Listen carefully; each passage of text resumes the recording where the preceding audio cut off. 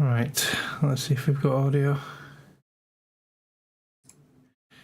Right, let's see if we've got audio. We do. Right, if we've got audio. Yay, audio. We do. Right, let's see if we've got audio. Yay, audio. Right, what I need to do, though, what I haven't done yet, I haven't updated the show number on the stream. 891. Date is not the 24th of May. That was the last time I streamed. Jesus. Right, we are good to go.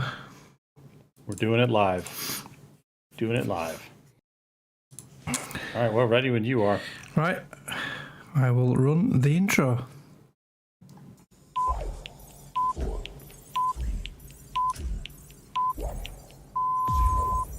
Good evening, ladies and gentlemen. Y'all are listening to the Overseas Connection podcast. Shut up and sit down. Here we go! Would you kindly? I think we're just getting started. Medic! I'm a witcher. I think this is more than you can handle. He sits on his ass all day. Let's do this. Hello, everybody, and welcome to episode number 891 of your Overseas Connection. Joining me back from the near dead is the Overseas in Overseas Connection, Mr. Mark Wright. Hi, Chris. Hi, everyone. Yeah, I am nearly back to full health and back on the show. I'm glad to be back. Mechanics on all the gaming platforms. And everyone is glad you're back. Otherwise, it would just be me talking to myself. And nobody wants to listen to that conversation. Yeah. I am, of course. Oh, sorry. Go ahead. Yeah, no, I was just going to say, I know Kim's got a good excuse. What's Greg's excuse? I think he is doing a kid's birthday party. He's recently taken up a sideshow as Greggles the Clown, an expert juggler, as I understand it. As long as there's only one ball, so he can juggle one ball at a time. Very well, very well. I am, of course, Chris Matthew, your co-host, sometimes running the stream. Always happy to be here. Gamertag OC_CP Matthew on Xbox. And they still call me Moose on Steam and Twitch. There we have it. So, first things first, let's talk birthdays. Happy birthday to some people you may never have met, but you probably heard of. Steffi Graf, tennis legend, 22-time Grand Slam winner. Steffi Graf turning 57 this year. Happy birthday to Ice Cube, turning 56 this year. Happy birthday to Neil Patrick Harris. Of course, most of us were introduced to Neil Patrick Harris as Doogie Howser, MD. Then we got to know him in Starship Troopers, and as the butt of most of the jokes, Barney Stinson in How I Met Your Mother, 52 this year. Happy birthday this week to Tupac. Moment of silence for Tupac. Happy birthday this week to Richard Madden, aka Rob Stark, turning 39 this week. And spoilers, moment of silence for Rob Stark. Happy birthday to superhero extraordinaire Zoe Saldana, turning 47 this week, and Roseanne's husband, John Goodman, turning 73 this week. They're never going to hear it, but we should play them a song anyway. It's your birthday. It's your birthday. Happy birthday.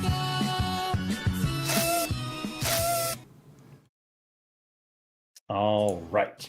So it's time for everyone to hear about what's going on in our lives. And you've been away a while, Mark. So Yeah.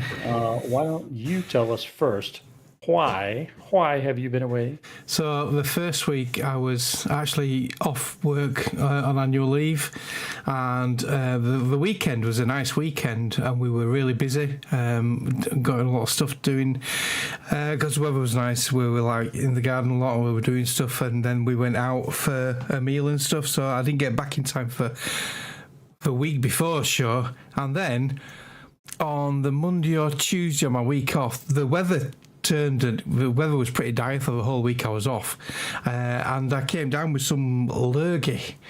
So that's for the Americans. That's British slang for being poorly, like a man flu. So yes, I've had a really bad chest and a bad cough, really bad headaches, which worried me with my previous history with headaches. It was a bit worrying, but it was a different type of headache. So I was panicking about the brain fluid again, the brain juice. So it was just like a virus or something like that, and I'm only just getting over it now. So I went back to work last Tuesday, still feeling snotty and grotty, and that's why I wasn't on the show last weekend. It's finally getting there. Still got a little bit of a cough, but nowhere near as bad as what it was. So a very uneventful 2 weeks for me. So we'll back it up one tick. So lurgy is slang for being poorly. Yeah. And for my American friends, feeling poorly is slang for being sick. I've heard it referred to as the crud. You don't really know what it is, but you feel bad and probably contagious. Yeah. Well, we're glad you're on the mend, Mark. Cheers. Yeah, it's gone through the whole family. It all started off with one of the kids bringing it home from school, and it slowly went through all the kids. It went through Jay and his partner Sam, and then we've had Ava, my youngest granddaughter, the other weekend, and I think I got it from her. Although she was better, I think she was still carrying it, and I've got it. And luckily, Jenny's not had it, because that was the big worry with Jenny having heart and lung problems. If she'd got it, it would have really knocked her for 6. So, but getting there on the mend. That's how it starts. Kids, man. Kids are little just little biohazards out there. We need that warning sign on the back with a big triangle with the biohazard symbol. Jay works in a nursery with like preschool kids, and he's always poorly. He's always coming home with something. So little fuckers out there. They are little vectors. Yeah, little vectors. It seems like in your downtime you got in a little bit of TV. Yeah, a little bit of TV. I've hardly done any gaming. I've not been up to any gaming, but we have watched some TV. So quite a while ago, I watched season 1 of 1923 because I loved the Yellowstone series, and I watched the I can't remember what it was, 1890 something or 1882 or something, I don't know. The origin story of how the Duttons got to Montana, and that was brilliant. Yep. So 1923 is following on from that, and this one stars Harrison Ford, a very old Harrison Ford, and Helen Mirren, and this is set obviously 1923 onwards of the Dutton Ranch, and so I've finally caught up on season 2 and watched all of season 2 last week. And season 1 I thought was okay, but it didn't sort of like grab me as much as the 1880 whatever it was did. But season 2, wow, God, what a roller coaster that was. It was emotional, heart-wrenching, quite violent at times. Man, what an ending as well. It literally, it didn't help. I'd had nearly a full bottle of rum when I watched the finale, trying to like drown my illness, and I was literally nearly roaring with tears. It was that emotional. Yeah, really, really good. Following on from that, we're still watching The Rookie because that's weekly now. I've caught up on all the binge on that, so we have to watch that weekly, which I hate. I prefer to binge them all. And we are watching From weekly because that's coming out weekly now on the new season. I don't know if you watch From. That's really good. Oh, if you've not watched that, it's so good. So it's in its 4th season now. So these people come across this fallen tree log in the road, and they have to divert, and then they end up in this little town, and you can't leave a town. And at night, these people come out who are actually monsters and eat you. And it's just really good. It's so good. So remember, I can't remember his name in Lost. I think it was Michael, the black guy in Lost. So he's a star in this one. Okay. Yeah, he's a lead in this, and he plays Boyd, who sort of like makes himself a town sheriff, and it's just so good, so well done, and the story's getting quite into the origins of these creatures now. So yeah, I won't spoil anything on that. But yeah, so I've also started on the Yellowstone front, Marshalls. So there's 2 new spin-offs come out recently from Yellowstone. That is Marshalls and Dutton Ranch. Now, Dutton Ranch is the one I really want to watch because that is Beth and Rip, who are the best characters in Yellowstone ever. It's Beth Dutton. If you've not seen Yellowstone, you have to watch Yellowstone just for Beth Dutton.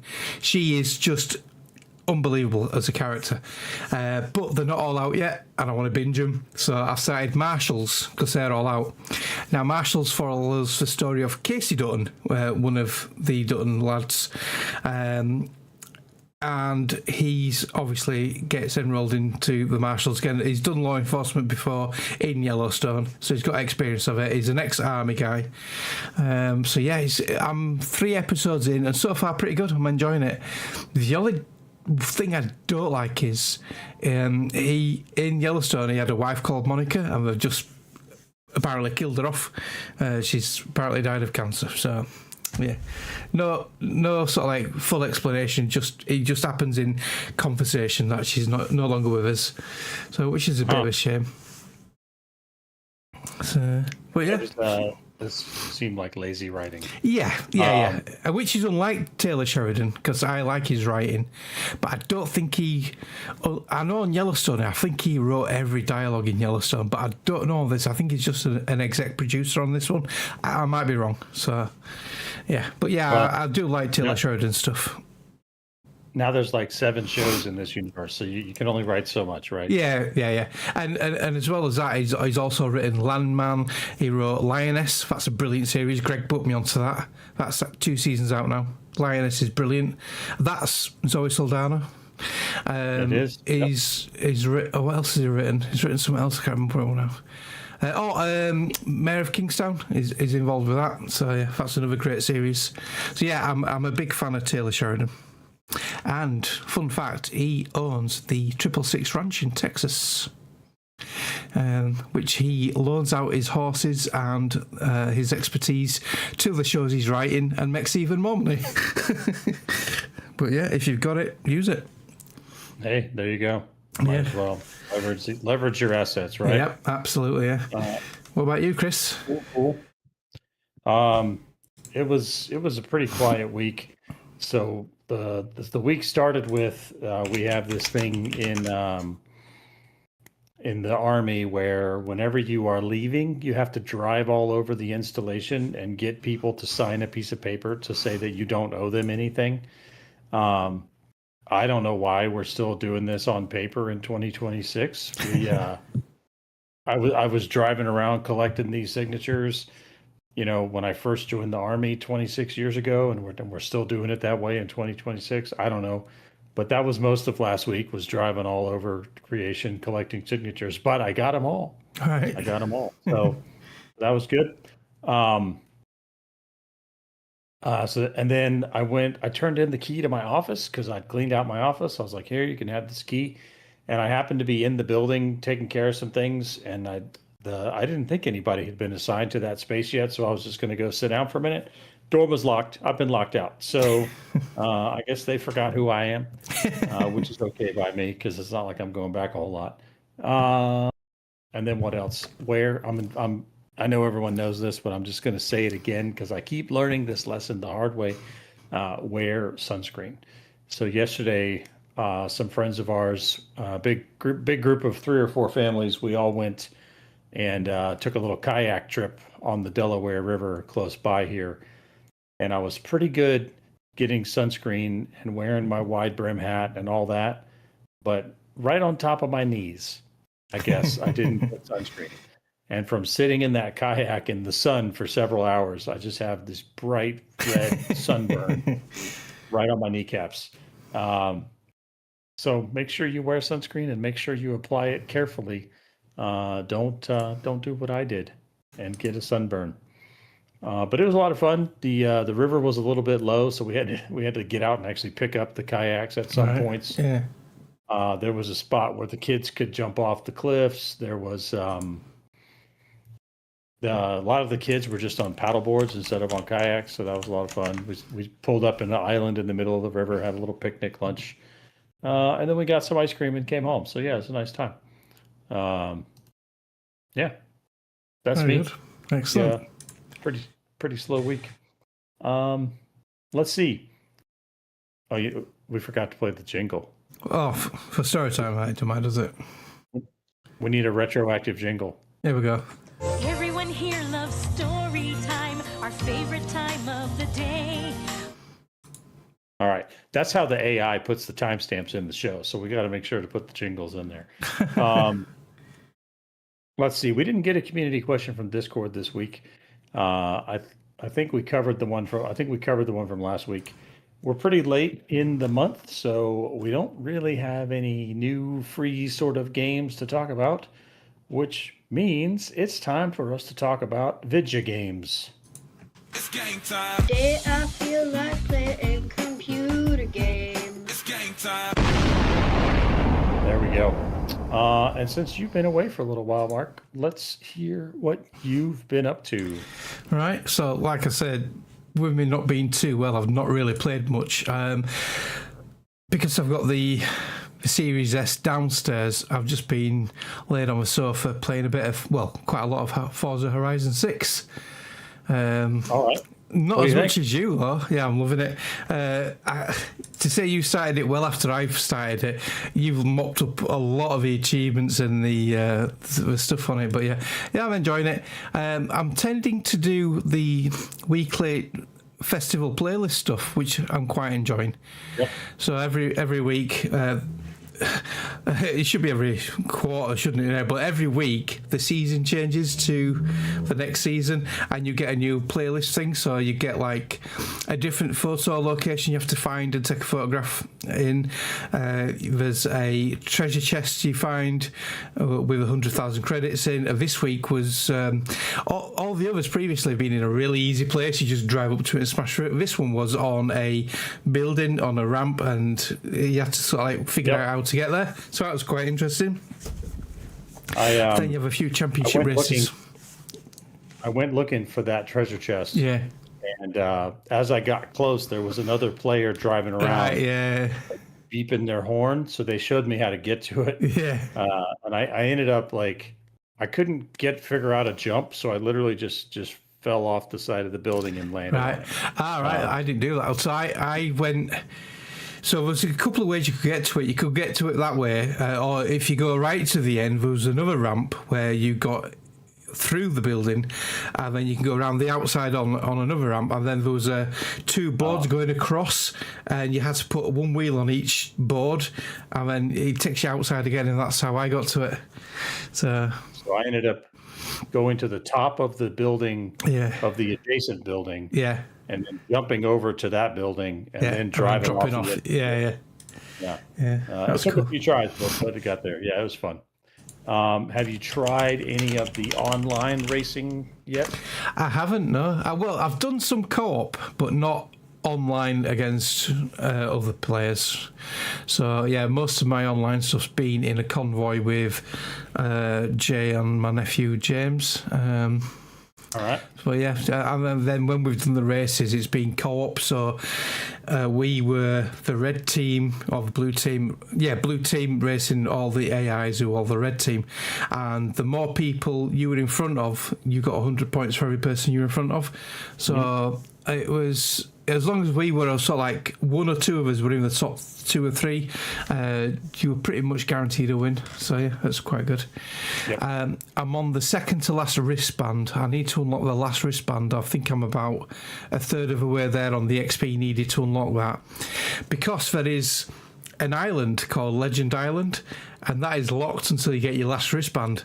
And I need that island to get the last number of roads and the last 10 XP boards, because I've got everything apart from them. So that's been a bit frustrating. So I keep doing the odd race here and there, but I don't think the festival play stuff counts towards that.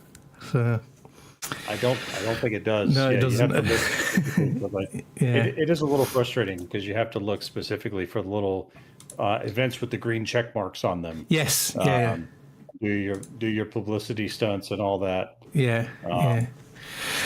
I've spent a good bit of time with it, and I've kind of unlocked everything except for the last three things that I need to unlock are the like the top rank of the delivery driver. Right. Okay. Yeah, I've not done much. I've not done any of the story stuff. There's a lot of like story missions, isn't there? Which are like different chapters. Yeah. I've not done any of them yet.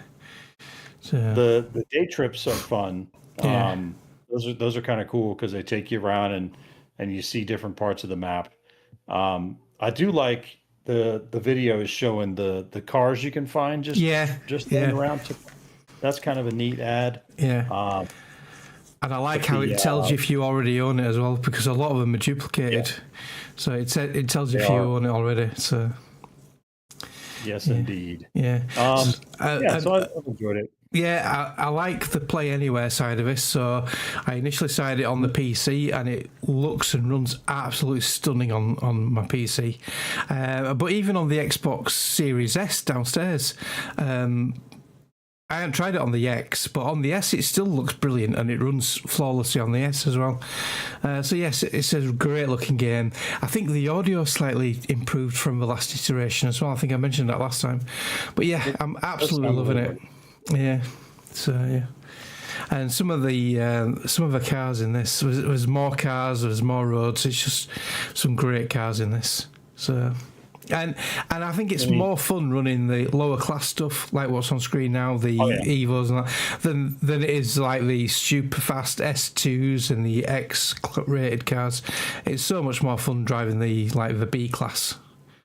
So some of the more fun online races I've been doing are in I like to do the spec racing where everybody's in the same car. Yeah. And some of the C class races are a lot of fun because everybody's just slipping and sliding all over the place. And, yeah. Yeah, those are a lot of fun. Yeah. Cool. Been playing anything else?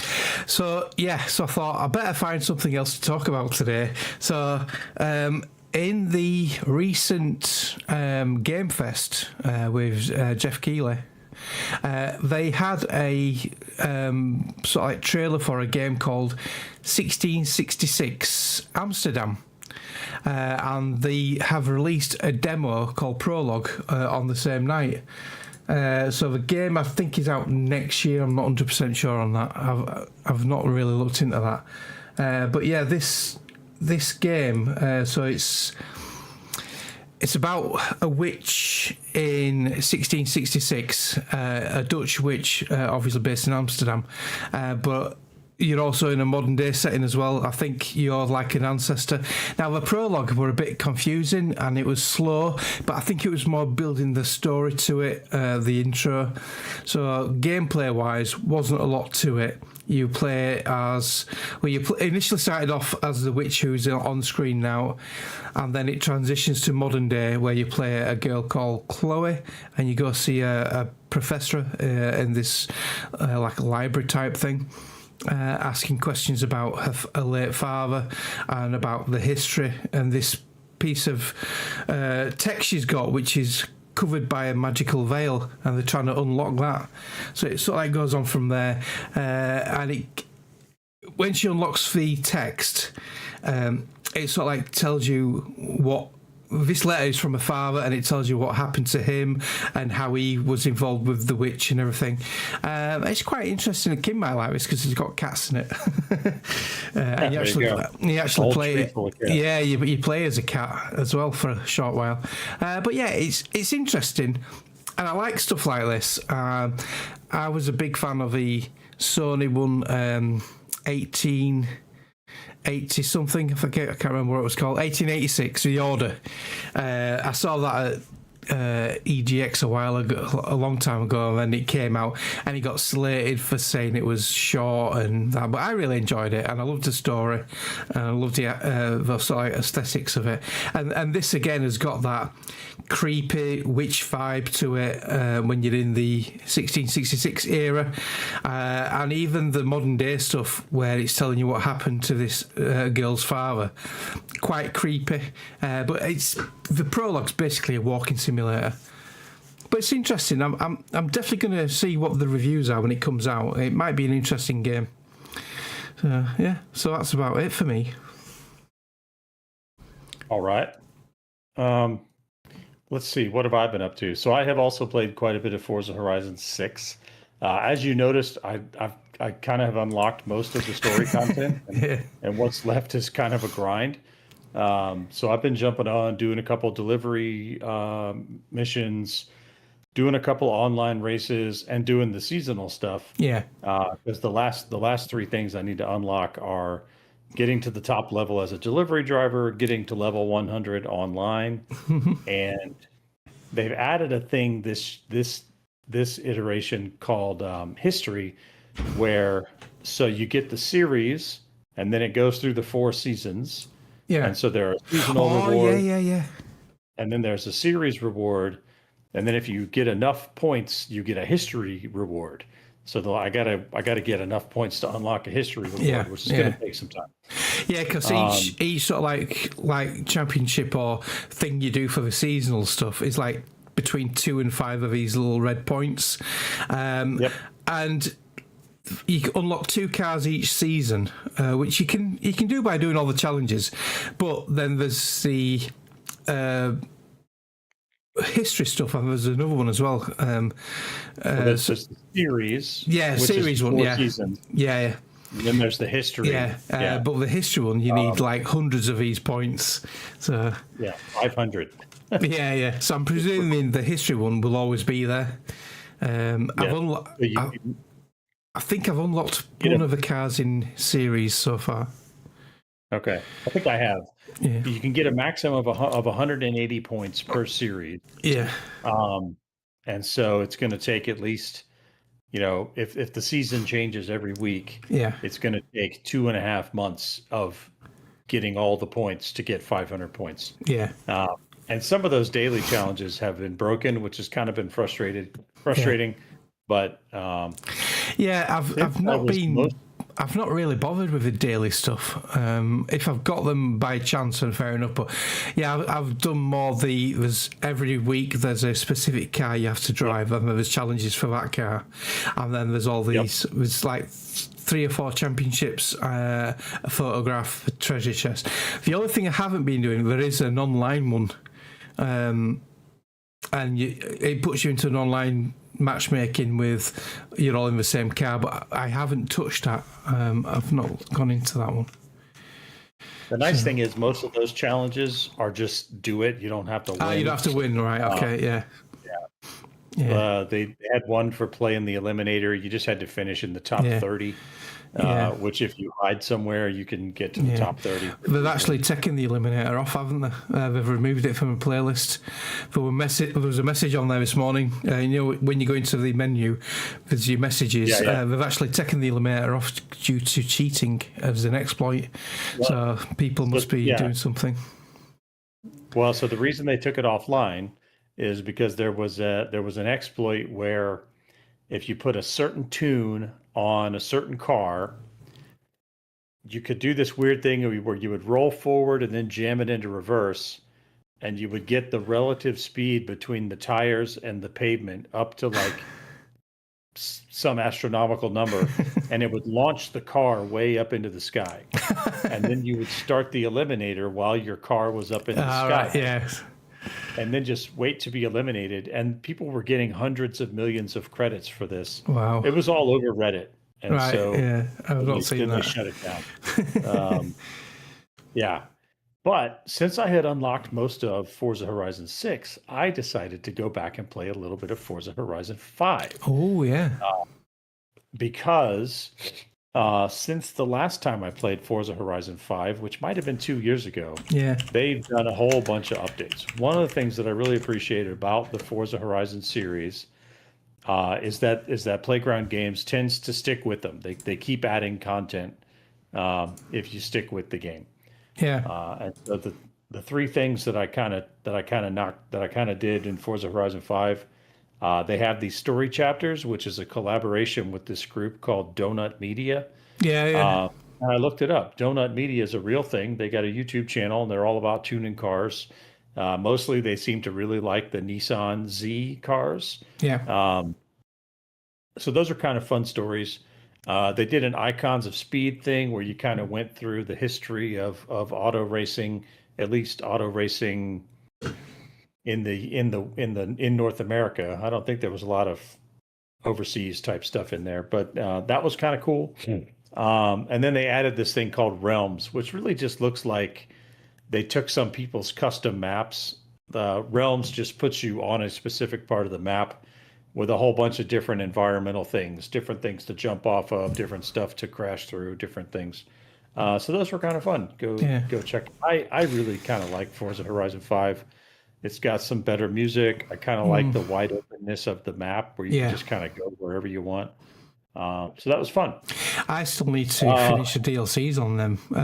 Both there's an island one, isn't there, and the Hot Wheels. I never did all the races on them. The Hot Wheels was a lot of fun. I can't remember. Is the island in Forza Horizon 4 or 5? Can't remember. It might be 5. Yeah, and I know there's an island you can go to. Can't remember what it's called, Adventure Island or something. So yeah.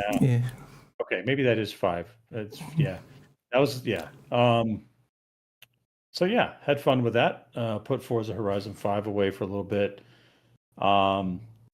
I played a little bit of Baldur's Gate, not much. I'm kind of on. I think the last little boss before the end game, and I've been kind of slowly working my way. So Gortash he's like in a fortress, and so I've been like fighting a group of enemies, backing out and resting up, fighting a group of enemies, backing out and resting up, and I think I'm finally ready to fight Gortash. But what I spent a good bit of time on was something new. Yeah. Did you ever play Astroneer, Mark? No, I saw Jeff and you talk about this, and I've actually downloaded it, but I've not got a chance to play it yet.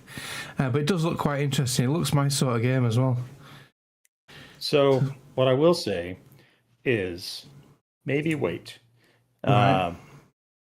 So far my experience with Starseeker has been it's kind of like they took Astroneer and they just removed everything interesting about it.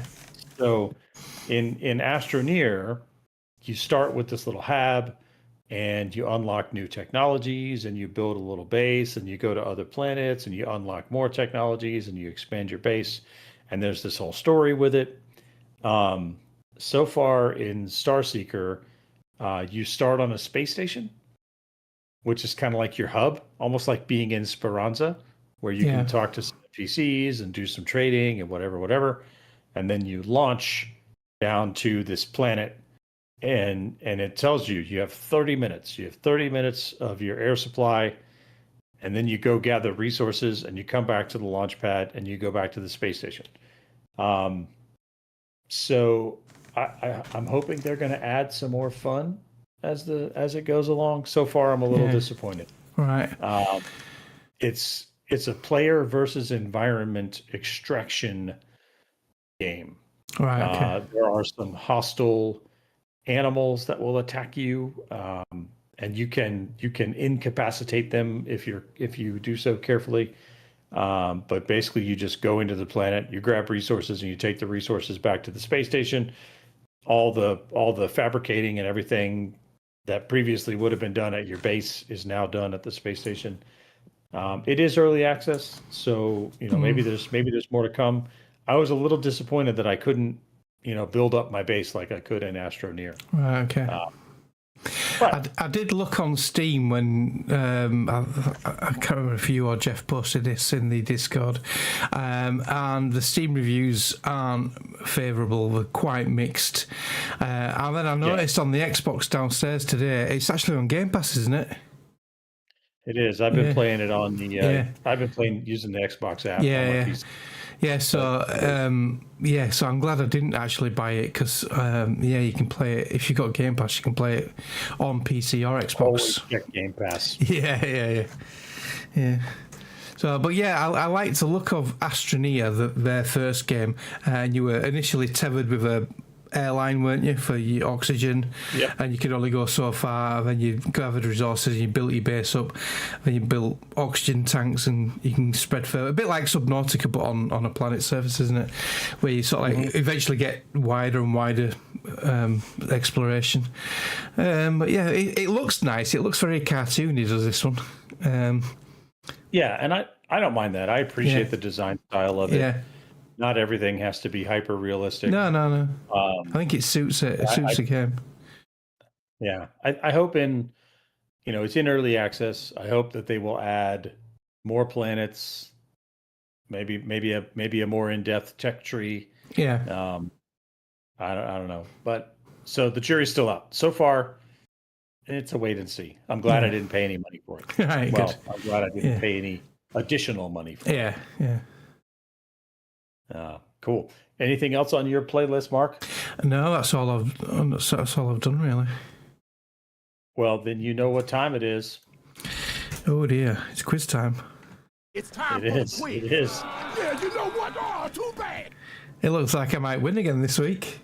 It looks like you might win again this week. Unless Let's see if Boomer anybody and steps in. John, we've got Boomer and John, Joysticks and Chill in the chat.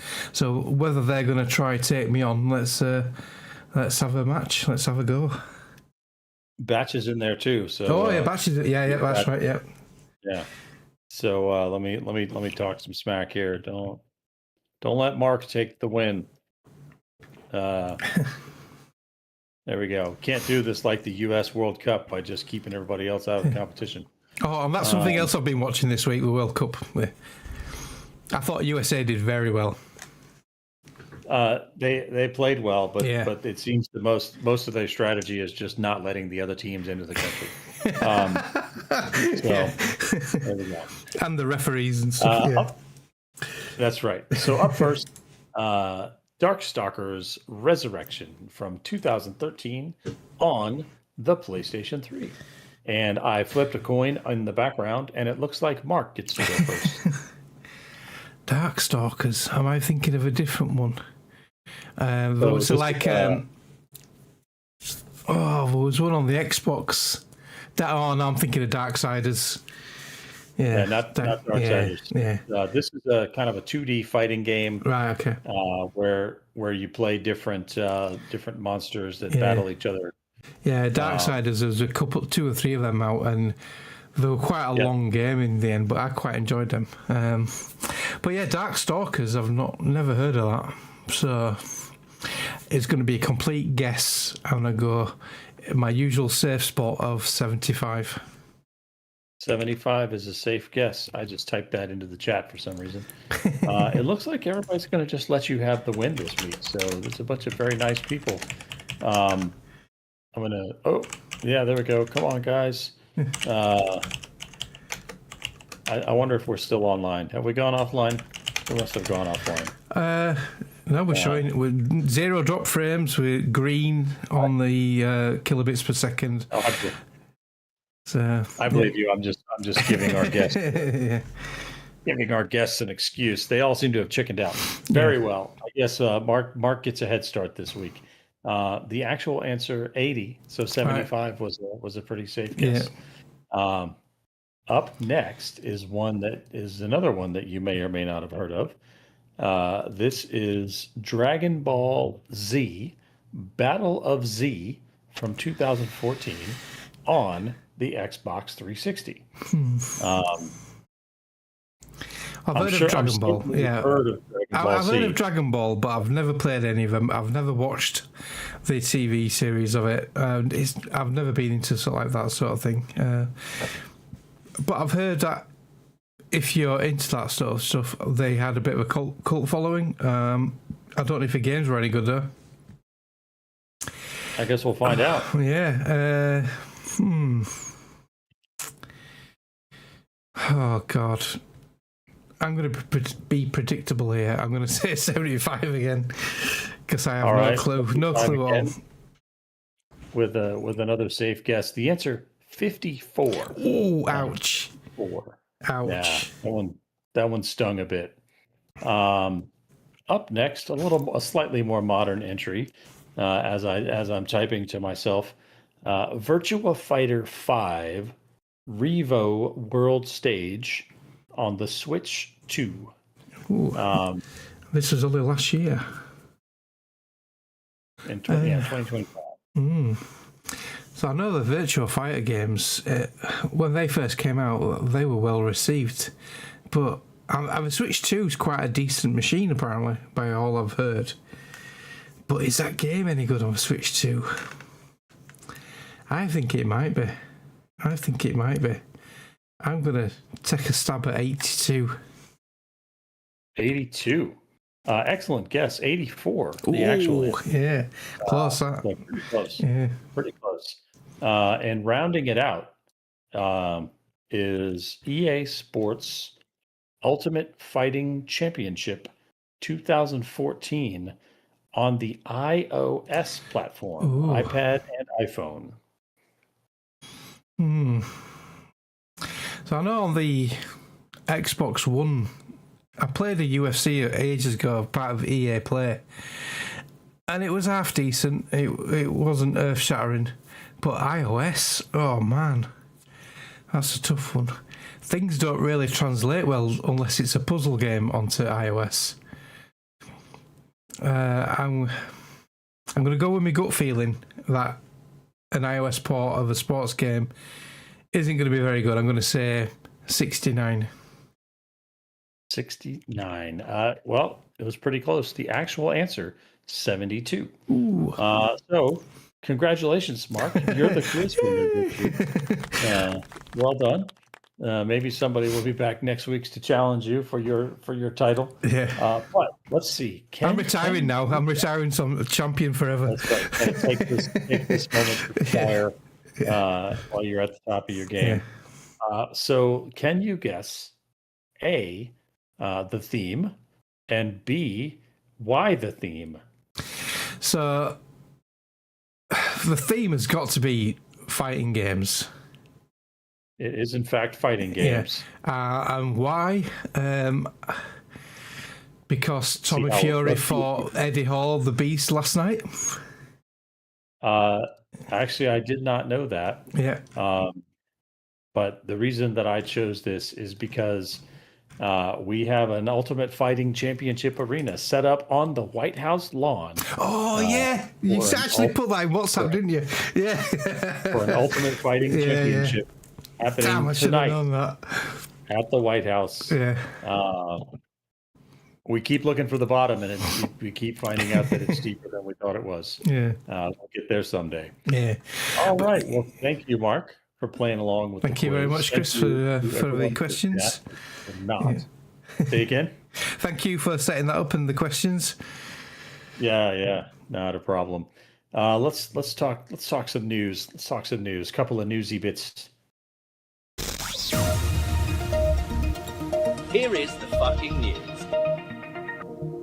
All right. So first up in American, I suppose really it affects worldwide, but since it's an American company, Xbox CEO Asha Sharma, who is roughly 100 days into her tenure, delivers a blunt assessment of Microsoft's gaming business in an internal memo where she says that heavy spending with thin profit margins and declining revenue, quote, cannot continue.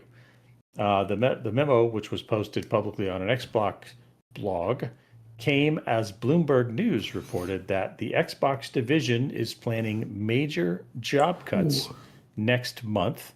Microsoft ends their fiscal year on June 30th, and they're expecting major job cuts at the start of the new fiscal year. Sharma's memo did not mention layoffs, but describes a business that needs a sweeping reset. She and Xbox content chief Matt Booty, who co-signed the memo, cited rising hardware component costs, an overextended studio system, and aging platform infrastructure among the challenges facing the division. Xbox will end the fiscal year at about a 3% accountability margin. Accountability is in air quotes, which is an internal Microsoft metric used to measure profitability of the business. Excluding Activision Blizzard King, over the past 5 years, we have spent over $20 billion on ongoing investments in our content, platform, and hardware subsidy, but our annual revenue has declined nearly $500 million during that time. Going forward, this cannot continue. So there we go. Despite owning all of these studios, it seems like the Xbox, I won't say is in trouble, but there was a link to this. In this article, there was a link to another article where one of the Microsoft execs was commenting that Microsoft as a company has been subsidizing Xbox for 25 years, and that they need to turn that into a self-sustaining business model, whether Xbox becomes its own company or a subsidiary or something. So I don't know. What do you think, Mark? Any thoughts? Yeah. Makes you wonder why they actually reversed the price increase on Game Pass then, doesn't it? Because Game Pass went up and then she's knocked it down again, and now she's saying the margins are too thin. Why don't they just do what Sega did and get out of the hardware business and just concentrate on software then? If hardware revenue is down 33%, because they ain't catching Sony anymore. Why not just bite the bullet? Everything's an Xbox apparently. So, yeah, just bite the bullet, stop the hardware, and concentrate on games. I don't know. It's not an easy thing, is it? It's a multi-billion-dollar company. My sort of like weird thoughts aren't going to make a difference to them. But yeah, that's an idea. Well, it's interesting because that seemed to be the direction that Xbox was going. Yeah, you'd have thought so, yeah. And then Sharma takes over, and they start doubling down on exclusivity and like, hey, we're going to go back to being Xbox. Yeah. And they released information on Project Helix, which is a code name for the next Xbox. So they're sticking with hardware for the next generation. So yeah. I mean, they're probably far enough along in the development cycle that they probably have to release it, at least to try to recoup some of the costs. Yeah, like you said, the research and development will cost them more than the actual production of the hardware. So, yeah, if it needs, cut as many losses as possible. You reckon this could be their last ever console then? You know, it seems like I don't think anybody thought the Xbox One was going to be the last console. There were a lot of people who were very convinced that the Xbox Series S and X were going to be the last console. Yeah. With the Xbox becoming more and more just a purpose-built PC, maybe it is the last Xbox. Yeah. It's just future. It's like, here's a PC with some green tape on it. And especially sort of like back end of last year when they did the collaboration with Asus with the ROG Ally X, putting an Xbox on a third party machine. I thought that was like the first sort of like step into them doing what Valve tried doing with the Steam machines last time round. And just going third party machines with an Xbox interface as an optional add-on to it. So it's going to be interesting. They did the same thing with the MetaQuest 3S Xbox edition. Yeah. Now that's not an Xbox; it's a MetaQuest 3S that has an Xbox app. Yeah. We'll see where it goes, I guess. Any other thoughts here before we move to the next story? You haven't heard anything recently, but they were doing a collaboration with Steam as well, weren't they? They've integrated Steam into the PC Xbox app. You can see what your Steam games, but whether Steam is going to get an Xbox integrated app on Steam itself, that's still to be seen. So it's interesting times ahead. I'm still waiting for the Steam machine coming out, to be honest. Well, yeah, so I'm interested to see what the Steam machine is going to cost. Yeah. Speaking of Steam, let's see, consumer competition claims in the Netherlands has filed a class action suit against Valve Corporation, the company behind Steam. The case claims that that Valve is essentially a monopoly. Now, the foundation claims that Valve holds a dominant position in the market, estimated at around 85%, and is breaching competition law through so-called most favored nation clauses. According to the complaint, these terms prevent developers from selling games more cheaply on rival platforms like Epic Games Store. They argue this keeps prices across the PC gaming market artificially elevated. The foundation also argues that Valve's 30% cut on all games is overly high and reflects a monopolistic behavior. They're seeking an estimated 130 million euros in damage. Hang on, let me read. I think I read back up. 130 euros in damages per Dutch Steam account, based on roughly 2 million accounts. Yeah, so it's 2.3 million. Yeah. There we go. 220 million euros in total damage. Yeah. Now, I believe that there was a previous lawsuit so here we are at the very bottom. In earlier proceedings from 2021 to 2023, easy for me to say, the European Commission fined Valve for unlawful geo-blocking practices involving restrictions on the distribution of games based on users' location within the EU. So here we go. Now, for Valve, this is probably a drop in the bucket. Do we suppose this has any chance in changing their behavior as a company? No, I wouldn't have thought so. And I don't understand what they're saying, because they're saying platforms like Epic Games, it prevents developers from selling games more cheaply on rival platforms. I thought Epic Games promoted that they were cheaper on the Commission than Steam. That's saying it isn't. They do promote that they're cheaper on the Commission, but if I understand correctly, it's part of Steam's agreement to list games that they can't list them elsewhere for a lot less. Right. Okay. Right? They have to be competitive. Right. I don't know that for a fact, but I think that's what's going on behind the scenes here. Right. Because from a developer side, I always were under the impression that Epic Games was more of a draw to like smaller developers to put the games on Epic rather than Steam, because it costs you less. And I don't think they I know if with Steam, once you hit a certain threshold of how many you sell, you're talking massive numbers, where Epic don't have that, as far as I understand it. I might be wrong, but well, and I think the trade-off is Epic is not as widely used as Steam. No. Right. So you're not going to reach as many people. No. I'm curious if something like this has any chance. I'd have to look it up. I think the yacht that Gabe Newell purchased recently probably costs more than this fine. I don't know that this is going to change much here. But I can't see how they can claim that.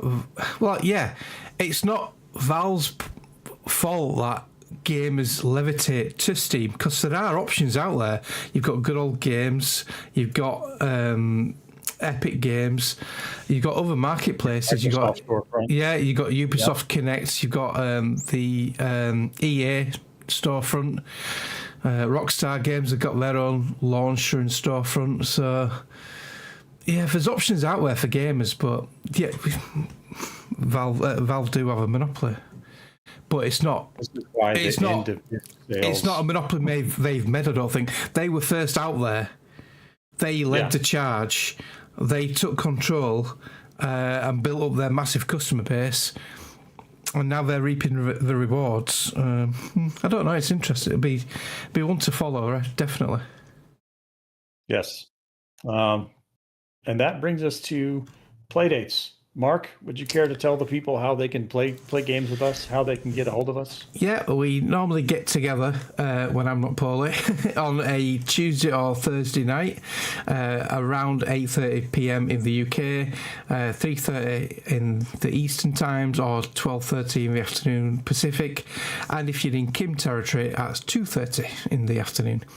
And we normally play for at least an hour, and that's usually like some type of shooter, like Ark Raiders or whatever's sort of like the game of the time. And then we try to get together again on Fridays for a bit longer sessions, Fatal Fridays, and that's usually around 8 p.m. UK time. And that can be anything up from, again, Ark Raiders to Forza Horizon 6. We need to try and get together for a huge convoy one Friday night. That'll be interesting. So, yep. If you see us online, jump in. Keep checking the Discords. We could put something in there that we're getting together, or if you see us in one of the chat rooms, just drop in and say hello and we'll get you in the game. Excellent. And how might someone suggest some play dates to us? Some games we should check out?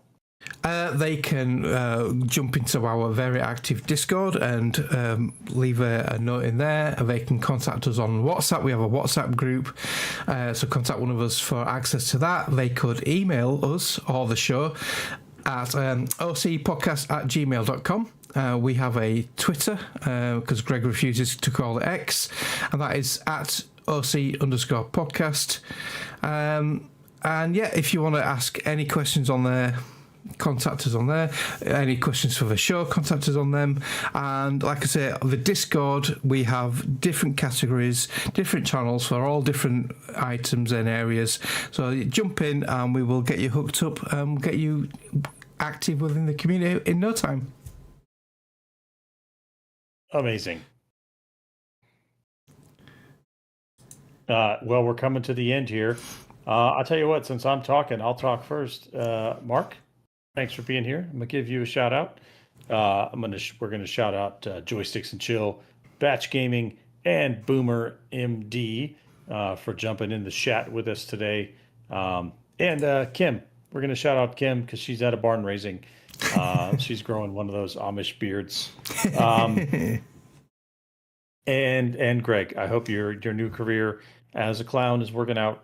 And we'll see you whenever you decide to come back to the show, I guess. Wrap us up, Mark. A shout out to you, Chris, for hosting. Shout out to our two missing compadres, Greg and Kim. And a big shout out to Snoogans, because I keep forgetting, but this week I'm going to play a new outro, what Snoogans has made. So remember the song you made a while ago, which was quite long. It kind of upset Greg a little bit initially. Well, this is a cut down version, and it's been made especially for our outro, and I think it's really, really good. So I'm going to play that in a second. So a big shout out to Snoogans, and hopefully we'll have a full team back next week. So we'll see you all then. Sunday night, same old madness. OC in the speakers. Let's go. From the US to the UK, yeah, we're keeping it tight. Every Sunday night, yeah, you know where to be. 4 voices, 1 crew, 1 community. Yeah. Greg's in the tank top running the show. Kim's with the cats, yeah, you already know. Mark might betray you, better watch your back. Chris with the whiskey got the late night chat. Put your controllers down, but we'll be back again. Same every Sundays, it's always the same. Overseas out!